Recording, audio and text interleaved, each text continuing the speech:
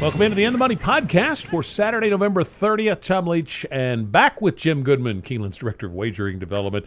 Feeling better and here with us to talk about the late pick four on the Stars of Tomorrow card at Churchill Downs for Saturday, which includes a couple of grade twos. Jim will start in the ninth race, which is the 2-year-old filly race, grade 2 Goldenrod. Both of these at a mile and a 16th. Finite won the prep for this, the Rags to Riches on Breeders' Cup weekend. I would expect she'd be a big favorite in here. Can you beat her? Yeah, she not only won it, she won it by 6 lengths. And Lady Glamour comes back in this field, but I mean that was a dominating win. Ran the mile in 135 and 2, and you would expect her to be the favorite here.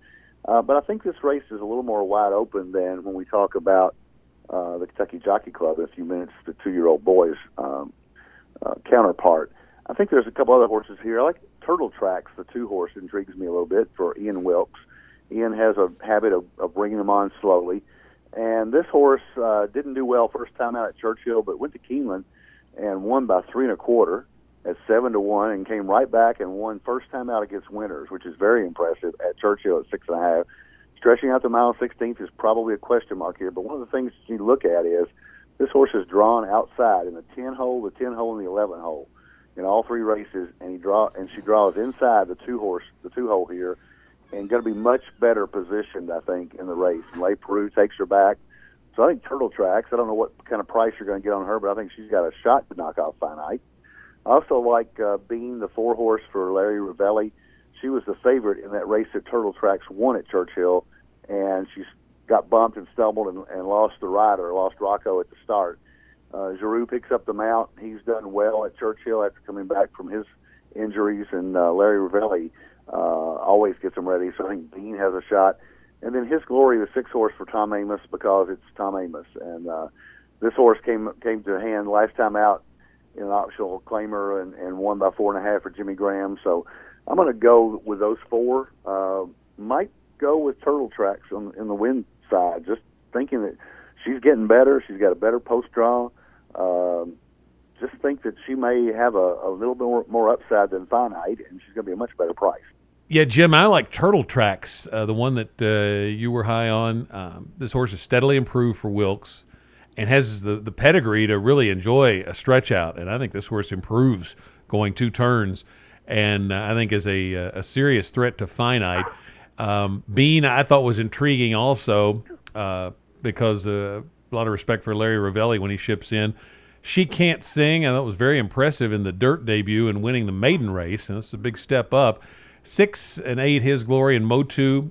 I think our horses are going to be lower prices, and on figures, I don't see them being superior to a couple of these lighter raced horses. So I could go deep in here. I'm not going to when we get to the pick 4, just to keep the ticket cost down. But Turtle Tracks is going to be my win pick over Finite, who's definitely the one to beat. The 11th race is the Grade 2 Kentucky Jockey Club, and this is the boys' version going a mile and a 16th. Tiz the Law is the big favorite here, already a Grade 1 winner, and certainly one you could easily single.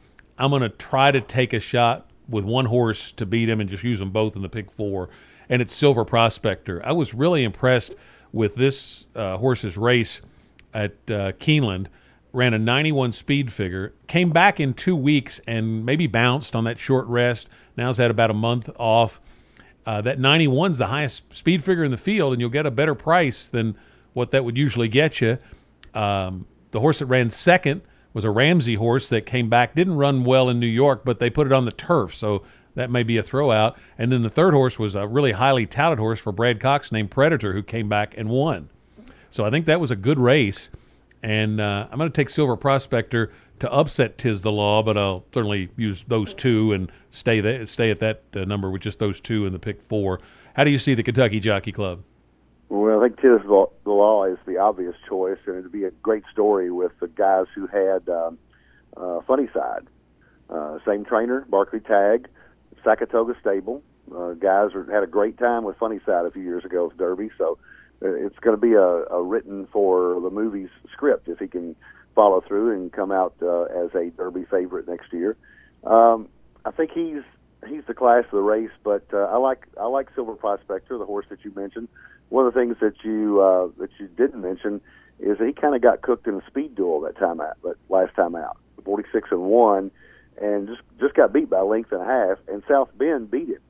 And I'm going to use South Bend in here too because that horse is getting better to right time.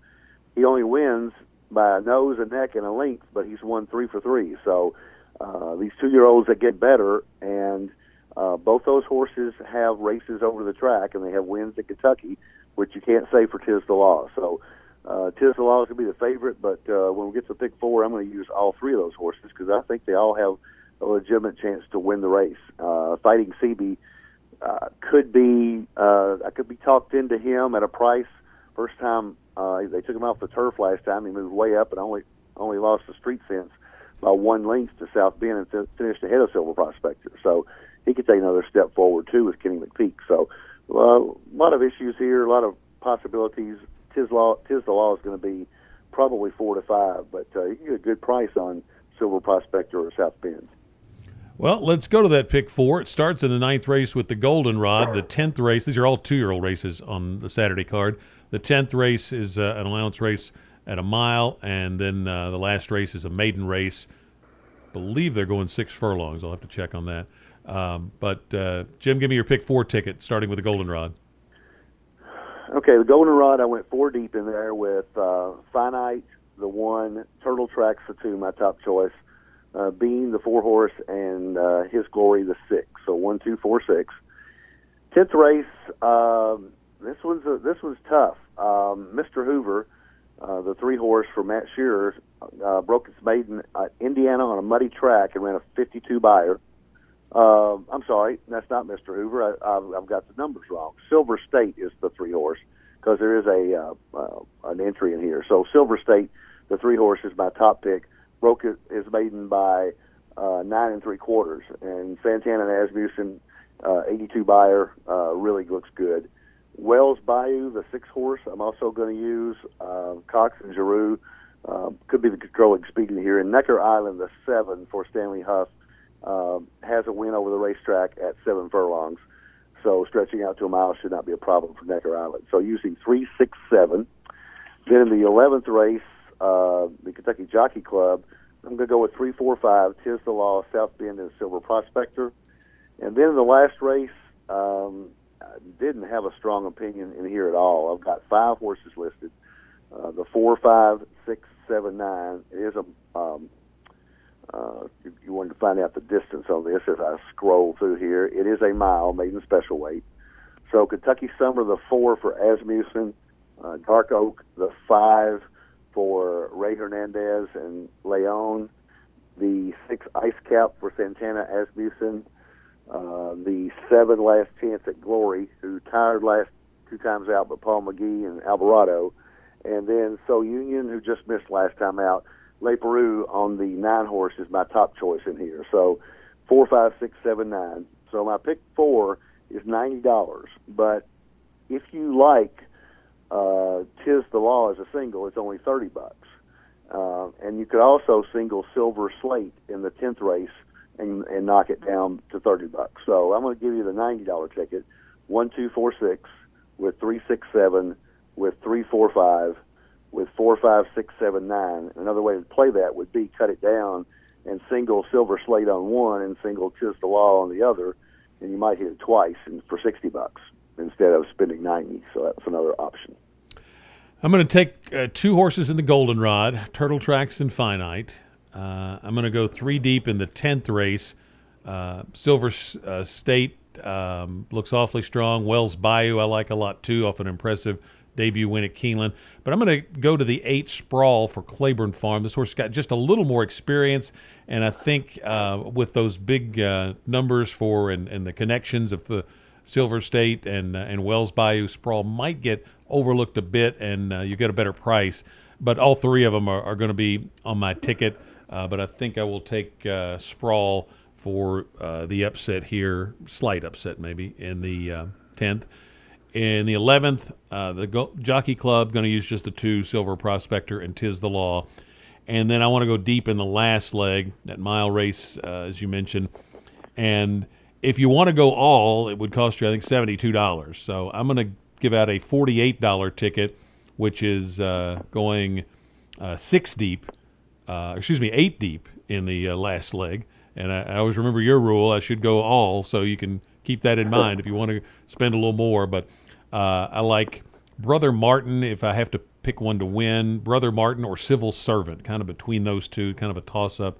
The 10 Civil Servant is Wilkes and Lotenbach, and they have been red hot.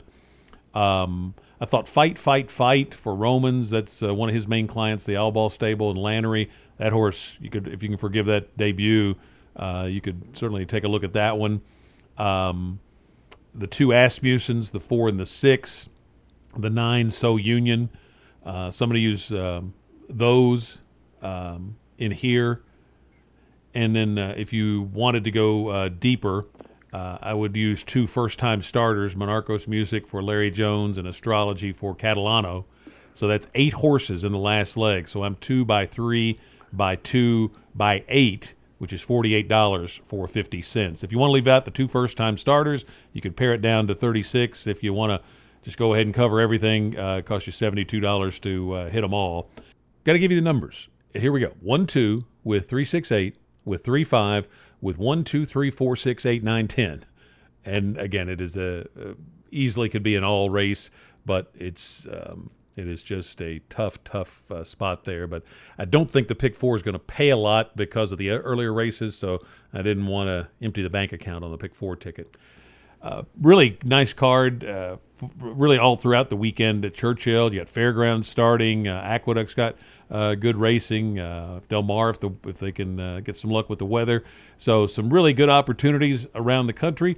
And if you're going to games or watching football, keep that Keeneland Select account funded so you can take advantage of those opportunities when they show up for you on the tote board. For Jim Goodman, I'm Tom Leach, and this is the End of Money Podcast for KeenelandSelect.com.